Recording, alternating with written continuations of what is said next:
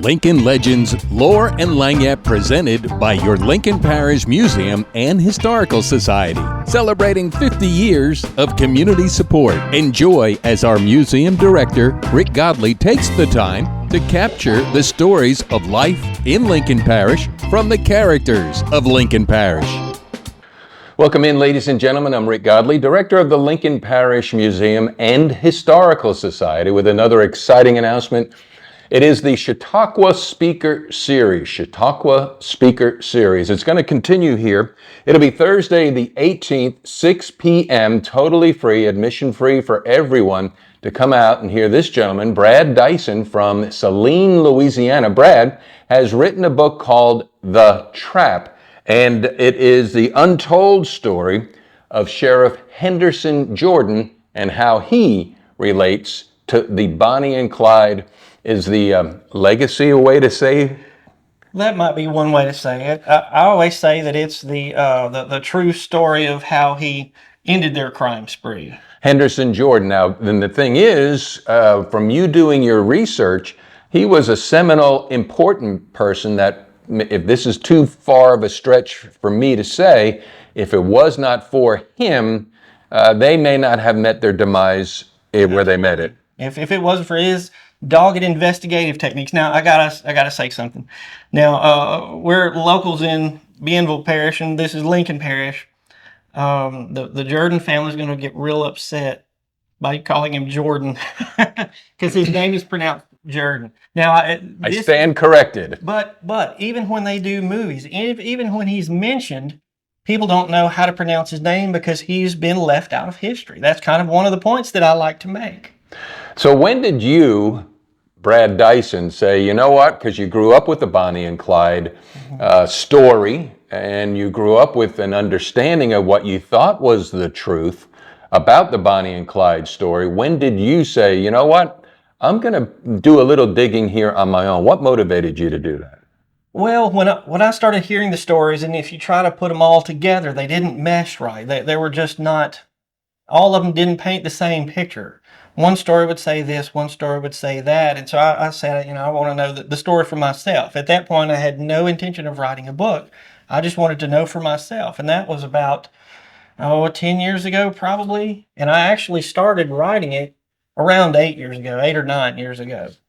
And it was just because I wanted to know for myself, and still without the intention of publishing, just because I wanted to know. But then I started learning that it was Henderson Jordan who actually tracked him down and set the first trap for him. Then I realized nobody knows this story anymore. All right, so you're doing the research on this, and you have a scratch that you just can't itch until you actually find it out for yourself, that here's this person of history, Mr. Jordan, and he doesn't get any accolades or praise for an event that everybody seems to know about. I would dare say it's a global phenomenon, Bonnie and Clyde.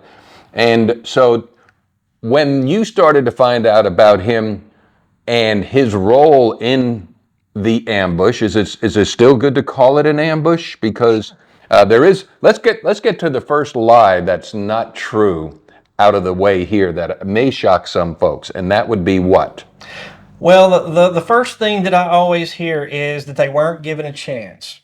Well, through the rare interview that Henderson Jordan did, he tried to get him to halt. He gave him the order to halt. And through the numerous interviews of Frank Hamer, he didn't do as many, but he did a few. He always said that he gave the word to stop. Mm-hmm. And that's like in police training today. You don't leave it up to one person.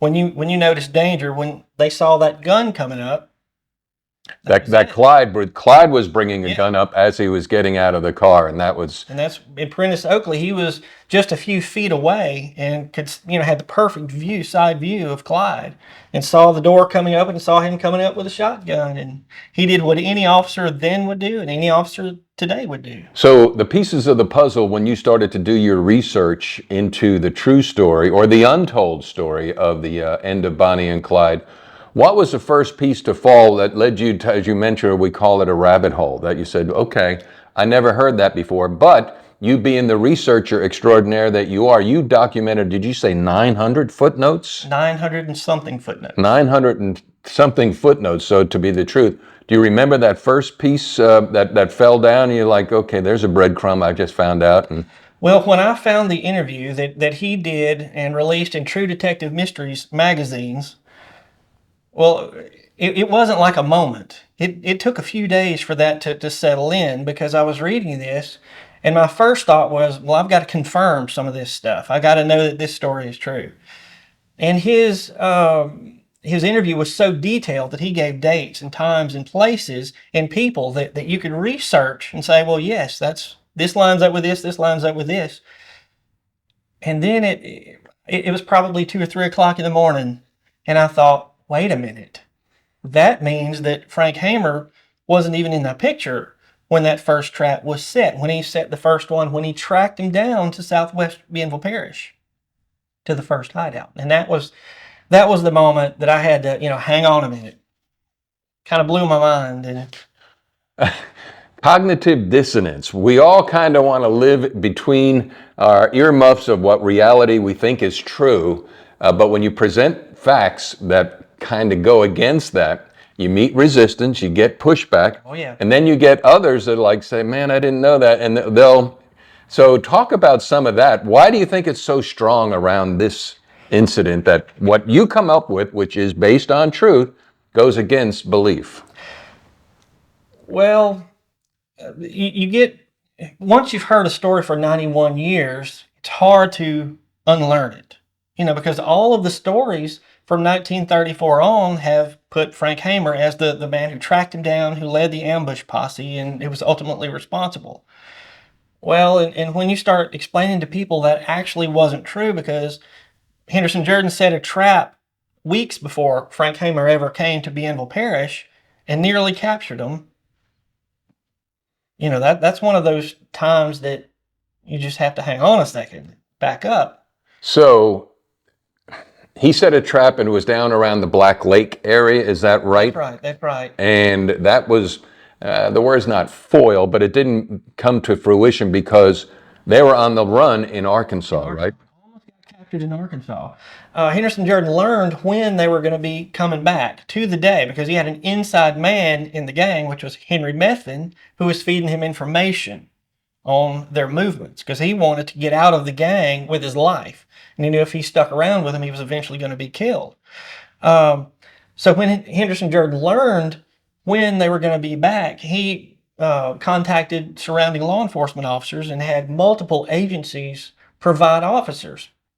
One of those was Chautauqua Parish Sheriff Tom Hughes. And he was part of one of the groups. He had several groups stationed around the area for that. Now, when they were almost captured and he got word that they were not going to make it to that hideout that night, he asked the other officers not to say anything, because that would give away, that his clues that they were going to be back in the area. Right. It's going to give the whole thing away. And so none of them would talk about it. And because of this trap, when Frank Hamer came to Sheriff Tom Hughes, just looking for any kind of hint, were they in this area, all he would say is, you need to contact Bienville Parish Sheriff Henderson Jordan. And he would ask another question. No, you need to talk to Henderson Jordan. That's all he would tell him, because he was upholding that promise that he'd made to Henderson Jordan. And when he came to Bienville Parish that same day and learned about it, he said something like, that's the best information we've had. Do you mind if we work with us? If we work with you. Right. Do you mind if we work with you? And absolutely, I would love to have you help. And through Frank Hamer, that's how Henry Methvin got the reward, and he got clemency for his crimes in Texas, only in Texas. I got you. Okay, so Methvin was the inside source. Yes. How did he get the messages to Mr. Jordan? Well, he would pass them through his family. He was that hideout. He was living with his... The one around Black Lake. The one around Black Lake. The people staying there were Henry's parents, Henry's brothers, and Henry's brothers' kids. So there was a lot of people staying at this house, and they were using the cover as a farm, basically. And then Henry and Bonnie and Clyde would come stay at the farm for 2 or 3 hours, usually in the middle of the night, and then they would leave. Was Henry the one that set up the decoy on the road that where Bonnie and Clyde were forced to pull? That was Henry's father. Henry's father. So where was Henry during the shootout? Well, now see, that goes to the second trap that Henderson Jordan set, because he learned that they were going to rob the First National Bank in Arcadia. And so he set up his well-armed deputies in and around downtown Arcadia and waited. At this time, Bonnie, Clyde, and Henry had gone to Shreveport to get food, to get dinner. Bonnie and Clyde stayed in the car, and Henry Methvin went into it was called the Majestic Cafe. The place still exists today. Went in to get sandwiches. Now, if you look at this on a map, and I did a video to show how close this is, the next block over is Caddo Parish Sheriff's Courthouse. So there were officers going in and out. Something spooked Clyde, and he drove away. When he came back, he couldn't find Henry Methvin. So they were coming back to that hideout the next morning, trying to get back with Henry Methvin, trying to pick him up. And Henry Methvin contacted the sheriff. They're going to be on that road between 9 and 9:30 tomorrow morning. And Henry disappeared. Disappeared forever, or Oh, no. Just until the ambush was over. He went into hiding. Wow. I mean, it's a stroke of luck and strategic planning, correct? That's right. Wow. All right. He was looking for his way to get away from them so he could pass the information, and this was the one that worked. You know, I mean, I know he's a criminal and committed crimes and all that too, but that takes a lot of moxie and courage to be in the presence of Bonnie and Clyde, knowing you're fixing to turn them over to whatever fate may hold. That's right. And well, he knew if he stayed that he was going to be killed right along with them eventually, because they'd all been shot before during their criminal activities, and he wanted to get away with his life. And he had only known Clyde since January, and this was May. So that's not a very long time. Right, and that right. was, when they broke Raymond Hamilton out of Eastham Prison, Henry Methvin just saw the opportunity and took it and went along with them. So he was never part of the plan to begin with, but it was always good to have another person involved in their activities. the book is called The Trap. It's the untold story of Sheriff Henderson Jordan.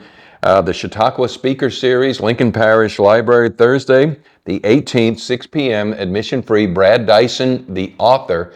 It'll be a presentation with a Q&A, and yes, you can purchase the book here that night. The biggest one that kind of rattled your cage that you had to put down the pen for a while, like, I didn't know that, and now the truth is being revealed.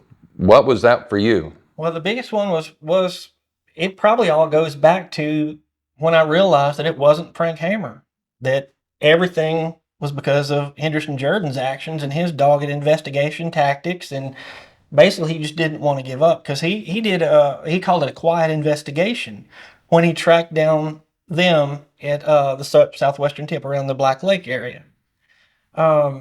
He didn't tell anybody where he was going, not even his wife. And he went and tracked that down, used carefully worded questions. He didn't ask anybody about Bonnie and Clyde, any of the Methvins. He asked, what are the crop prices like? How's your crop doing? Do you have any neighbors that have just moved in? And then one day somebody said, oh yeah, the Methvins just moved in. Wait a minute. There we go. So he was a true lawman. I mean, and obviously investigative skills, or whatever skills you need to have in that capacity, he's obviously one of the best. That's right.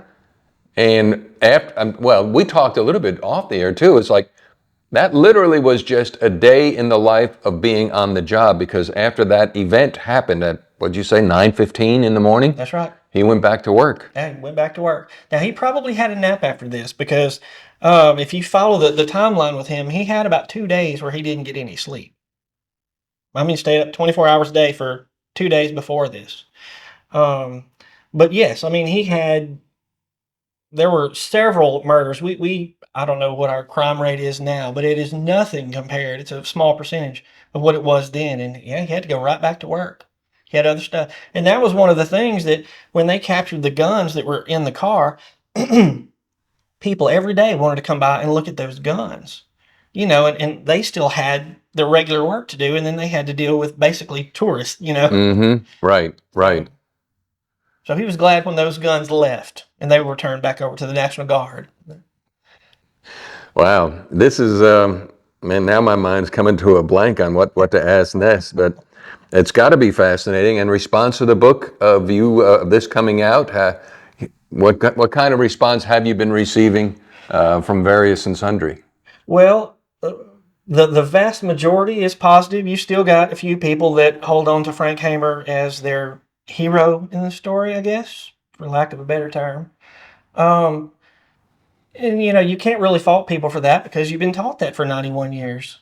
And it's really hard to unteach somebody something, even with evidence. It's hard to Right. get it to stick in their minds because, everybody's grandfather has a story that they've passed down. Mm-hmm. And you don't want to go against the grandfather's story, but you've got evidence that you have to rely on.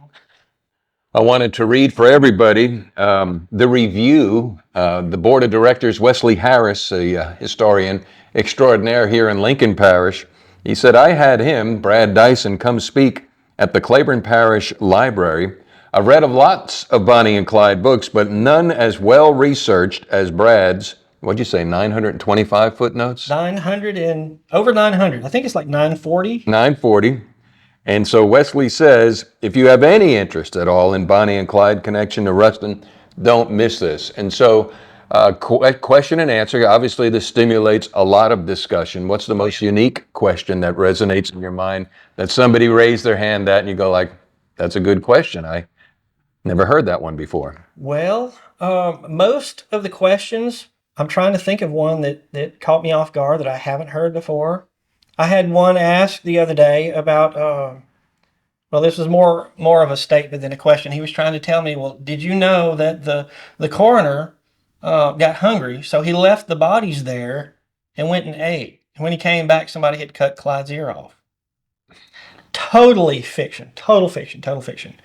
There were so many people. There was a line out the door and down the street to view the bodies.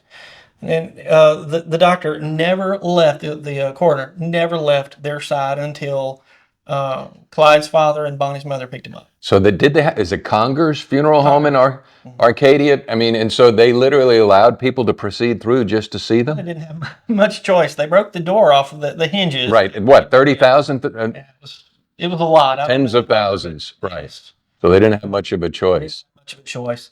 And but they were protected as well because at the scene of the ambush, there were people who were breaking the glass, trying to get souvenirs and dipping handkerchiefs in blood and the macabre stuff. But yeah, I mean, then people just steady stream going by, taking a look at history, and it seems kind of dark, but if that happened today, it would kind of be hard not to want to at least know, well, it really happened, because I saw it with my own eyes. Right, right. Wow. All right, so y'all come. It'll be Thursday the 18th, 6 p.m. Brad Dison. Book will be available for purchase, question and answer, The Trap, The Untold Story of Sheriff Henderson Jordan. Oh, by the way, your website is what? HendersonJordan.com? Mm-hmm. When did you come up with that? Because that's loaded with a lot of facts, correct? That's right. Well, that was... It started off as a way for me to, when I was on the road doing stuff, to save information for me to research. So I could put a little, because nobody knew that I was writing a book on it. And Henderson Jordan's not a name that rolls off the tongue with the Bonnie and Clyde because most people don't know it. So that's how it started. And then over time, it evolved into more of an information gathering place for other people. So in your research, I mean, the travels of Bonnie and Clyde, did they get into Illinois? I mean, how far up did they go? Michigan. You didn't go that far in your research because you didn't have to. You're right here at the end of the road, literally. That's right. And I used, which I include on that website, it's free for anybody to use, the court cases, the FBI, the full, complete FBI case on Bonnie and Clyde, newspapers from the 30s, magazines. I mean, every source I could find, I pulled from. And I'll list all of them in here. So if anybody says, well, I don't know if I believe that. Well, that was printed in this newspaper or this court document, Mm-hmm. And that was a problem that I had with a lot of other books is you'd be reading this and you look down, there's no footnote. There's no way to verify it. If you don't have a footnote, you can put anything in there you want. Then you got hearsay. Well, and it comes down to, I don't know if I believe that. The actual statement is, I don't know if I want to believe that. That's right. And, That's right. Because they did so much crime. I mean, over 60 car thefts that I could track in 2 years. I mean, that's How many murders? 12? 12 murders. Now, the list of victims, not murder victims, but people that were injured. I mean, there was one sheriff that he lingered for months. They thought he was going to die, and he somehow pulled through and lived another 20 years. But Well, even the gentleman that was kidnapped here in Ruston, he got cold cocked on the side of the head, and I think that bothered him. You know, he had some cranial issues his whole life. that's what he said. Yeah. That's right. Wow. And Man, that was just right here in Ruston. 1 block from here. 1 block from here. That's great. And that's where the book starts. The first chapter of the book starts in Ruston. Well, correct me if I'm wrong, and I guess I should read it, but they were kidnapped.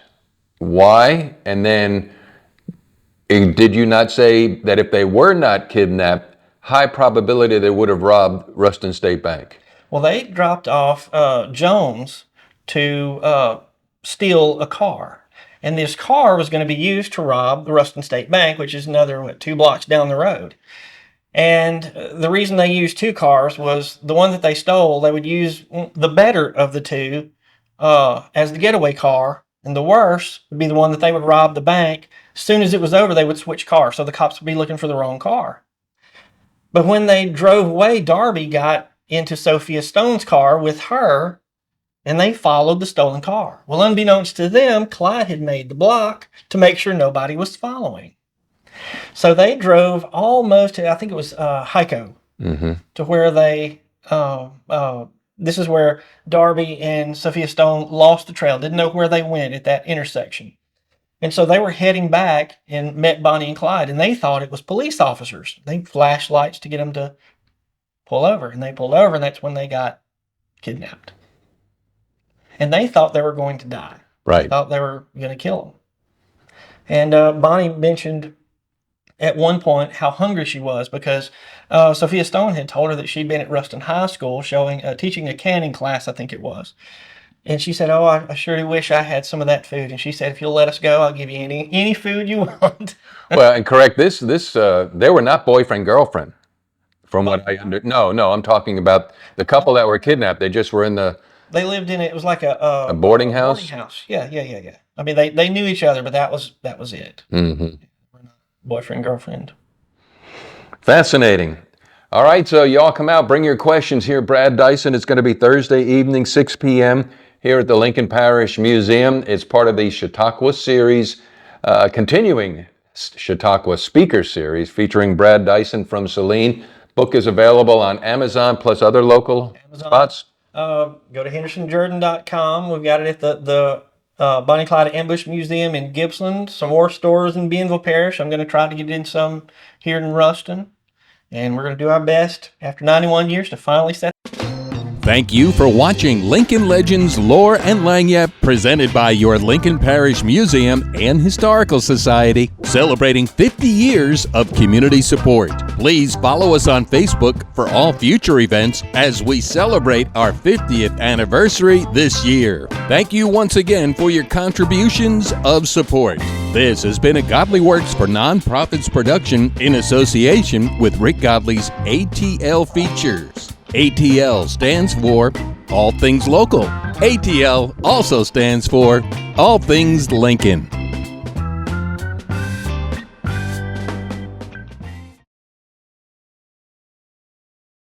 Ladies and gentlemen, thank you for coming. Please drive carefully and arrive home safely. Good night.